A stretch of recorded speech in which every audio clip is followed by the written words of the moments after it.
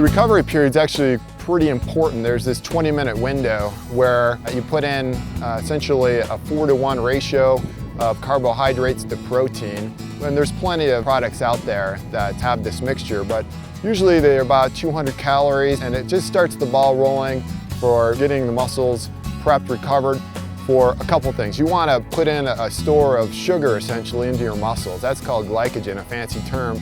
But at the end of the day, that's what's going to get you started the next day and sustain you for the first hour and a half. All this whole nutrition thing is about keeping energy going into those muscles so you're not breaking down your own muscle and you're being more efficient than using your own fat. Using some kind of recovery drink within the first 20 minutes is the most important thing. On something that's a little more complicated, such as a week-long ride, like Ride the Rockies, you want to be considering after your recovery drink that you're going to be refueling with complex carbohydrates. That's a fancy term, but I think we all use pastas and brown rice and a fair amount of carbohydrates mixed in with moderate amount of protein and some fat, not a ton of fat. So for instance, if you had pasta with salmon and some veg on the side, maybe a little bit more than you might have had generally, that's going to be enough to just refill the stores of sugar in your legs, and the protein is going to help you repair it and you're going to feel good the next day. You don't have to replace all your calories that you use. You just need to put in a little bit more than you usually do so you can get those stores of energy back into those muscles and start the recovery process. This is a path that's so hard to give advice to sometimes because it's different for everybody. And for me, for instance,